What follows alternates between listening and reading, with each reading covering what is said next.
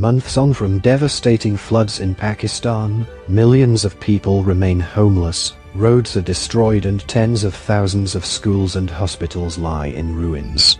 At the COP27 summit, the country's Prime Minister Shehbaz Sharif called on Western nations to offer compensation to poorer, vulnerable countries like his, which bear the brunt of climate change. Pakistan's government says the figure for losses and rebuilding now stands at more than $30 billion. But the human cost is far higher. More than 1,700 people died in the floods and 2 million homes were damaged or destroyed. Those people who survived are living in endless uncertainty and despair. As Hanifa takes shade under a tent in a temporary relief camp, miles from what was once her home, she explains what happened on the day in August when the rains changed everything. "My son saved us by losing his life," she says of Abdul Wahab, the breadwinner for her family and a father of 6. As the water pounded on their mud brick house in the southwestern province of Balochistan, Abdul feared the structure was about to collapse completely. He got his family out to safety, ready to take them to a nearby mosque for shelter. Just before they departed, Abdul went back in to get something. He never came back, Hanifa says. "We ended up burying him at the mosque." Her other son used whatever money he had to hire a car, so the family could escape the flood-stricken area. They crossed a bridge, just hours before it collapsed. Some of Hanifa's relatives, who were also trying to flee, got stuck on the other side and were swept away in the water, she says. "We've seen floods in the past, but never like this one. Homes just collapsed and many villages were destroyed," Hanifa recalls. Weak, not just from the weight of grief, but also from hunger, she was staying in a relief camp close to the city of Quetta when the BBC interviewed her. Hanifa mourns the life she lost and, most of all, Abdul, the son she cherished. "He is always in my heart." Naima dreams of becoming a doctor, but with her school underwater, she fears that day will never come. "I miss my classroom, I miss my teachers," she says. With her books also washed away, she's been unable to study at all. "I miss my books from the bottom of my heart." In fact, Naima's entire home was claimed by the floodwaters, which is why she was forced to stay in a tent at a relief camp far from her village. With her days bereft of purpose, Naima now spends most of her time sitting idle, apart from when she prays or helps wash dishes at the camp. It's left Naima not just bored, but scared.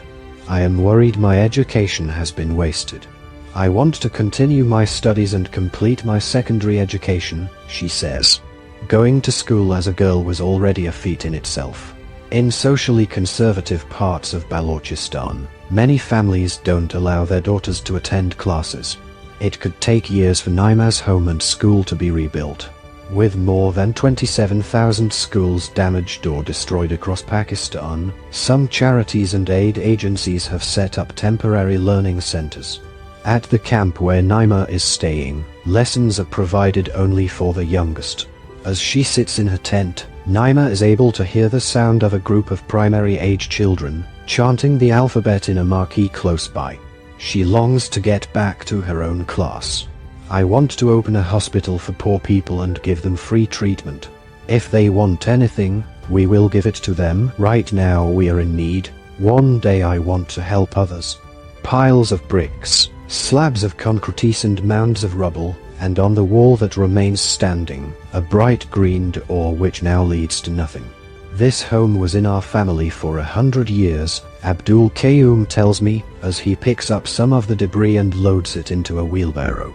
"My 3-year-old daughter keeps asking me when she can move back into her bedroom," he says, before gesturing to the space where it once stood. Flash floods at the end of August damaged his house in the Hanuak area of Balochistan, part of Pakistan that's dry and arid and usually more prone to drought than rain. "We've never seen this much water in our lives," Abdul explains. "My uncle is 84 and even he hasn't witnessed this sort of flooding in this area."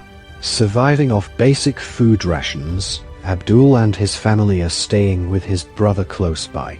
He's unsure how he'll afford to rebuild his home, But one thing he is certain of is that when it happens, it won't be here. I won't rebuild in the same place, because I'm terrified. I think we will look for a safer place, higher up on a hill. The entire area surrounding Abdul's home is broken and barren.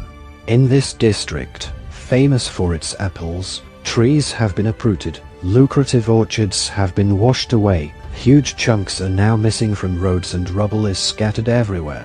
This area suffered big infrastructure damage, Abdul explains. Most of us here are poor, and have lost our homes and sources of income.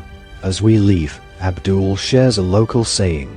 Here we say that you either own a house or a grave, he tells us. When you go to the market, you always return home. When you go on pilgrimage to Mecca, you always want to come home. Home is everything, he says wistfully. As he trundles away with his wheelbarrow, that home has now been turned to nothing.